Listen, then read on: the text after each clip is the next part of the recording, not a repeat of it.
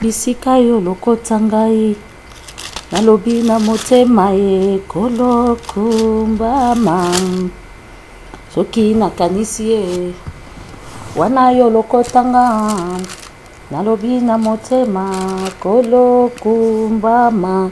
Shalom, shalom et bien-aimés dans le Seigneur. Na méditation, na biso na tongo na lelo potokota na partage toko bondela. Merci Père éternel. To pamboli o to komisio papa na tongo na lelo yo ozala élevé liboso na nyonso pe bisika nyonso. Saint-Esprit zala sima zwa contrôle du début à la fin. Yesu masi azala sima liloba na yo po okokisa yango. To bebisi nyonso abokese na kombo na Yesu masi. Père zala susu élevé. Utilisez nga lokola simple instrument. Maloba ya moto kome makufa me maloba ya nzambe kome mabomoy.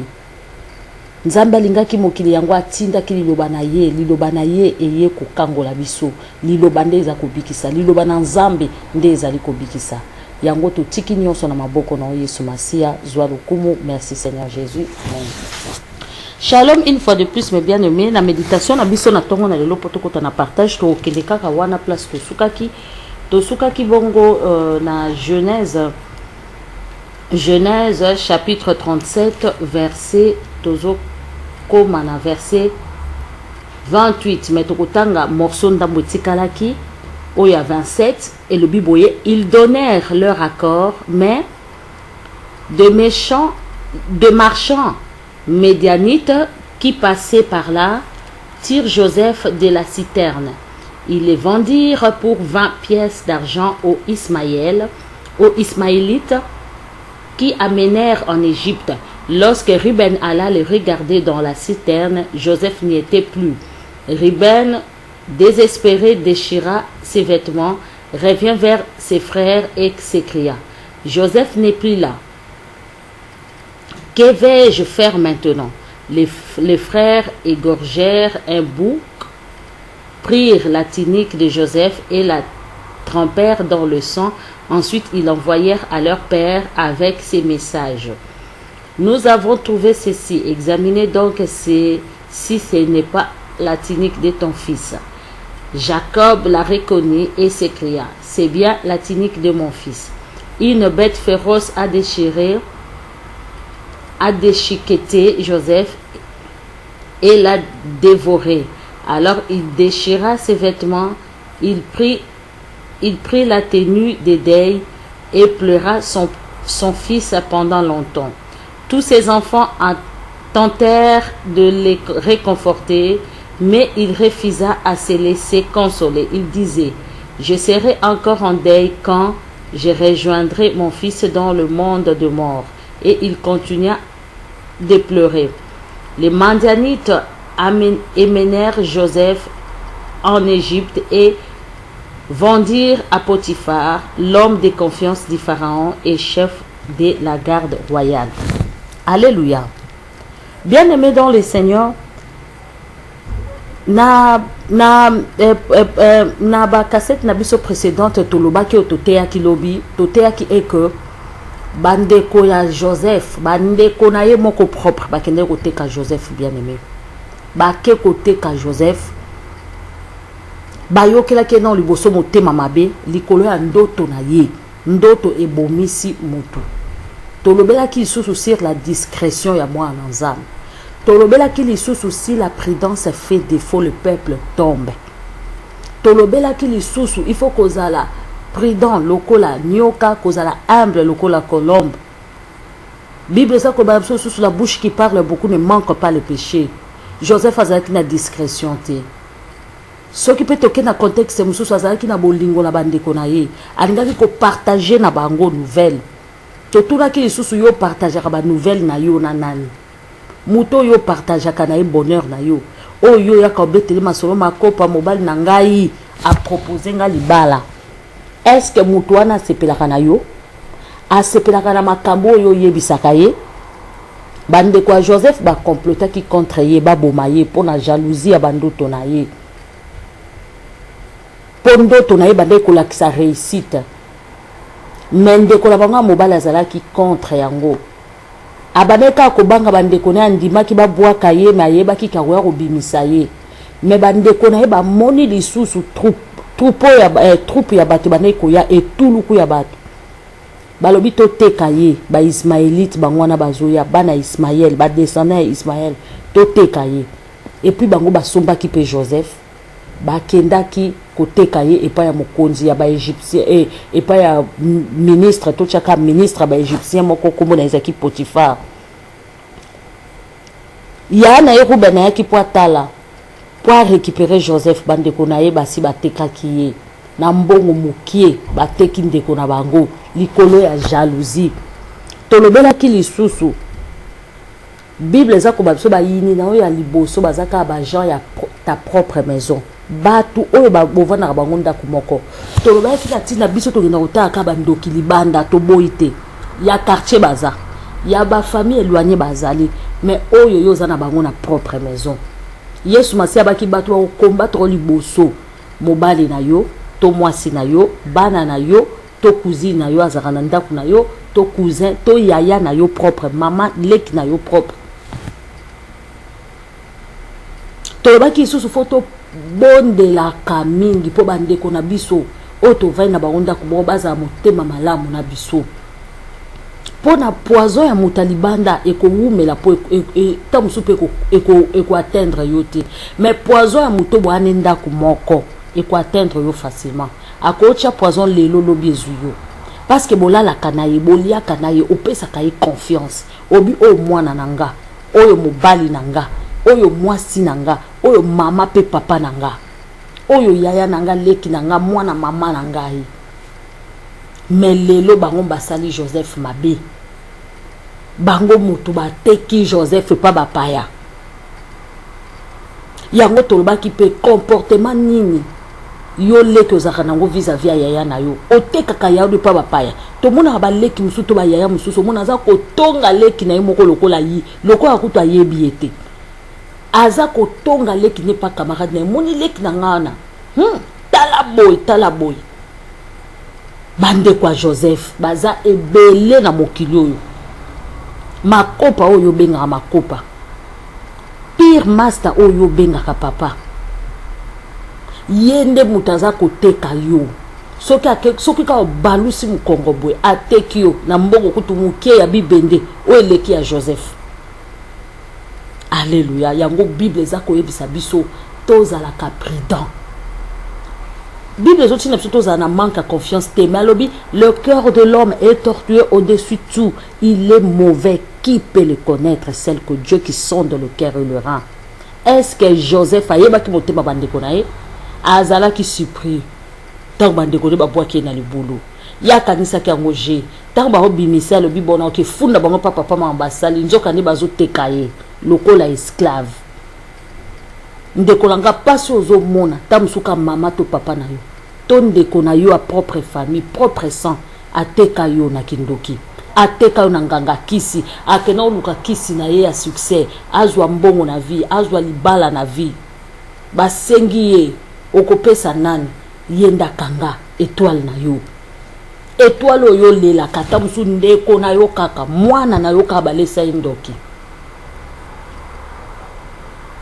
ndeko langa to yango to bondelaka tozwaka possession ya ndako na biso pe ya bomo na yo pe ya bana na yo pe ya mobali to papa mama oza na ye na ndako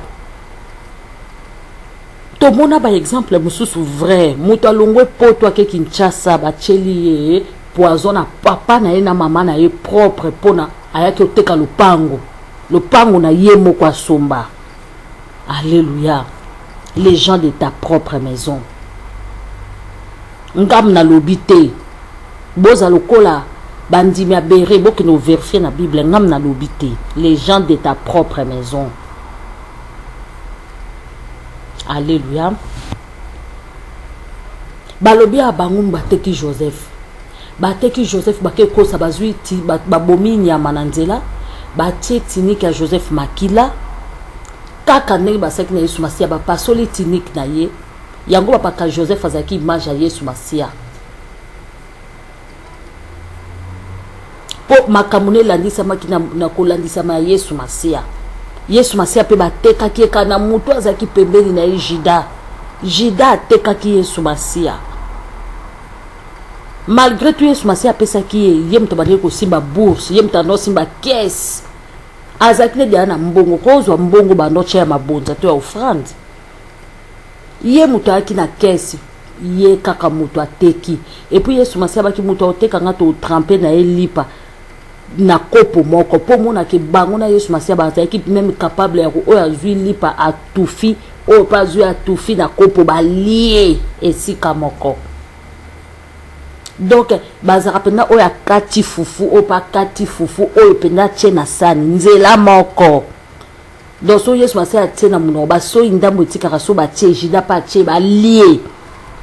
Donc muto botambola kana ye atiki kutu mbongo ba pesa kai makeko teka Yesu Masiya. Allez-y comprendre. Allez-y comprendre yo muto za molimo na nzambe banda lelo. To sengi oto méfier na bato. Mais basala kama nzambe na sentimate. Kozala ka sentimental te likolo ya sentiment muto abomanga te mutu na ngai. Mutu na yo. Alléluia. Mon peuple périt faute de connaissance. Pe Joseph, ola bengaka papa na ye, ya lobite o batu na ngai. Ole kaka kumisa ta musu nzambe atape papa na ye ta kumisa ka nzamba fukama. Alo ba nzambe na pamboli yo. Na bombi makambo na nga o cheko kokisama. Ya lobaki te na loba yango. Mais to lobaki pe lisusu. Ata yo yebisi batu makambo na yo. Kende bondela nzambe. Ezali te ba piège na bango ba tcheli yo nde kokiko bebi sa volonté ya nzambe na bomo ina yo aussi longtemps yo moko péché te. Le baba tinda ona lisumu. Ndeta muso eko élargir eko longola pemene na vision. Pour bien aimer dans le Seigneur, on se manque pas les de Dieu. Ba muso ba bebi sa vision na bango.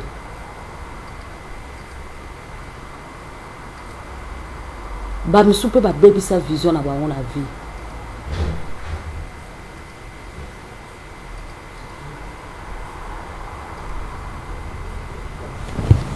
On se moque pas de Dieu.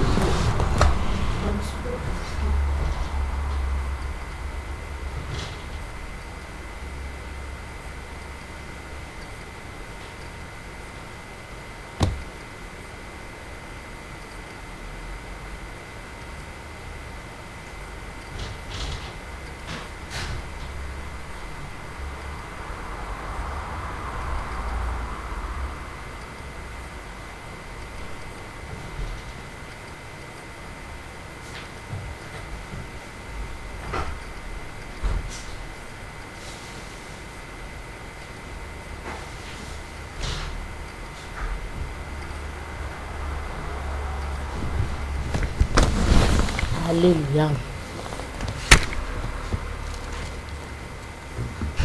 Bamsou peut baby sa vision na bango bien aimé dans le Seigneur. Bamsou peut baby sa vision na bango.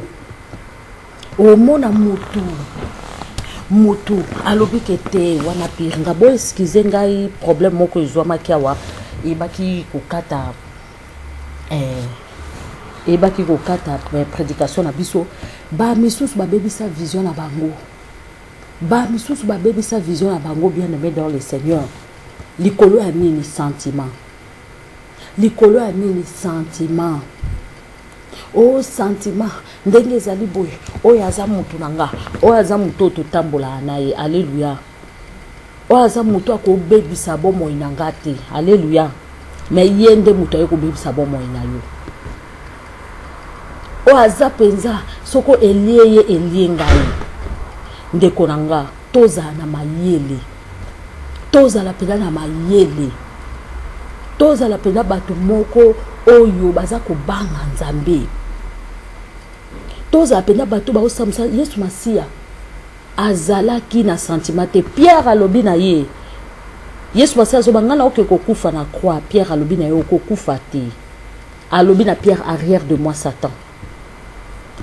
Pona yo nga iza bakateli yo lingala munene. Mais Yesu alobaki na Pierre arrière de moi Satan. Pona nini? Parce que mona kike mutu akoki ko intercaler ngate na makambo na osala. Mutu akoki ko intercaler ngate na makambo na osala.